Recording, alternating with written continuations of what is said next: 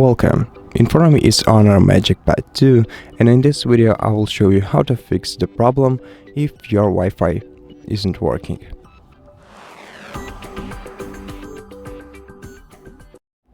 First of all, slide down the control center and check if the Wi-Fi is enabled.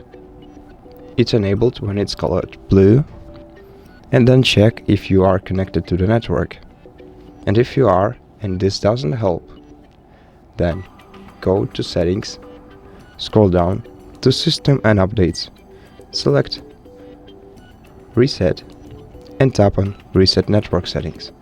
Then connect, confirm, and wait until the network settings are reset.